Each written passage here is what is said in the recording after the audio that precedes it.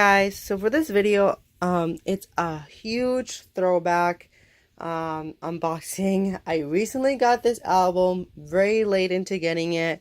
We'll explain after I show this because it will be probably a very short unboxing. But yeah, I finally got Cnblue's first release, their first mini album, Bluetory.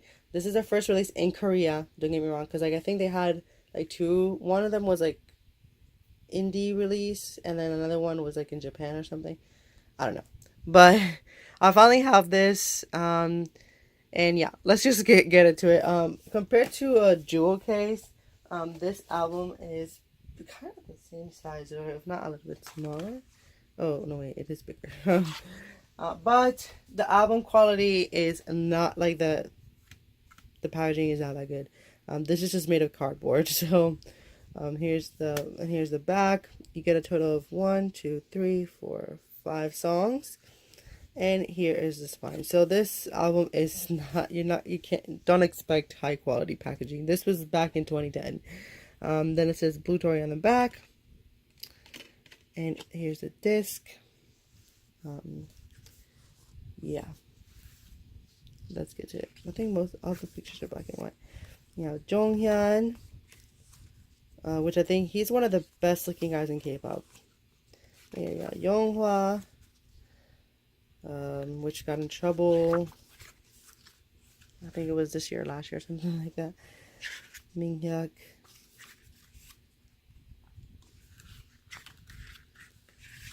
Junction. Who had the long hair at that time.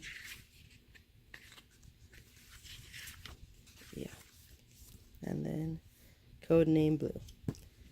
So yeah, very short little photo book. The packaging is not that great. Like, I basically just got this because I love the songs in it, and I am a huge Cnblue fan. I'm really upset with what happened with Jonghyun and Yonghwa, and I think there was some other issue with like Minhyuk, but I don't know if it was his fault or not.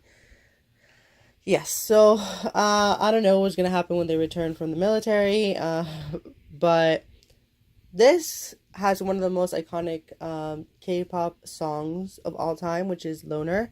The Bluetory, that song. I don't think they ever topped that song. That's like it'll be forever their signature song. So it was huge that year.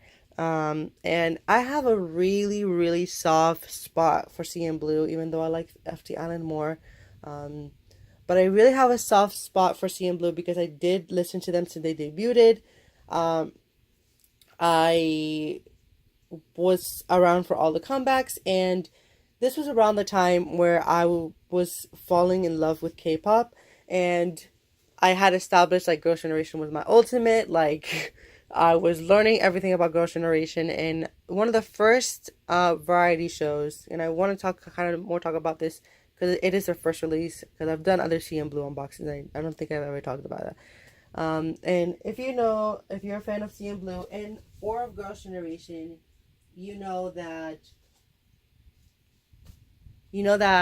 they were in the We Got Married show, and I watched that show religiously, and I was obsessed with it.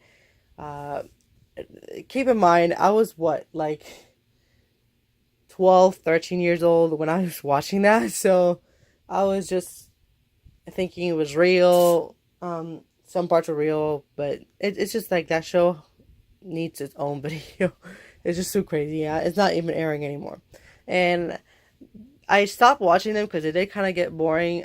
But because of that, it made me fall in love with Cnblue even more. So because I was following obviously Girls' Generation, so I was watching anything that any of the members were on. Sohyun was on it, and at the time, Sohyun still is very like very proper, like, that's her thing. But at the time, like, I remember everyone just kept dragging her, like, oh, she doesn't display any emotion, like, but yeah, but I don't know why, like, but that's what people said back then. Uh, Made me fall in love with Cnblue. I listened to this a lot. I love their second mini album as well, and it took me a really long time to get this for some reason. I remember it was listed for a bunch of like, it was pretty listed really high up, and I was like, okay, I do not want to risk um, just having this album on my collection. I think I have a full complete Korean collection for Cnblue. I kind of have to look around my house, probably make that video for them. I'm really missing hearing an album this year from Cnblue. I am missing their Yonghwa's second mini album, like first mini album and second solo release, and I do want to get Jonghyun's Japanese release. So I don't have all of their Japanese albums. I'll probably dive into that like very very late, and if it might be never, but I listen more to their Korean songs, because they're actually their Japanese music is very different from what they release in Korea. Their music, if I were to make a comparison, like Cnblue is like the Maroon 5 of Korea. Like that's how their sound is like in Korea. It's very like pop rock based. You're not they don't go like very rock bass, which is what their music is like in Japan. But yes, I love this. It just takes me back. It's very nostalgic for me. If you haven't heard like the Loner song, like you need to, like that song is so catchy. Um, and yeah, it's their signature song. It goes into one of the most iconic K-pop songs of all time. So yeah, I'm really happy I finally got this. Like I was planning to get it for the longest time. Every year it was on my list, and this year I've been mainly focusing on getting those gaps that I have for my K-pop albums, and I think I was able to complete that for FT Island and for Cnblue. So the two FNC bands I was able to do it, and yes, so listen to this album.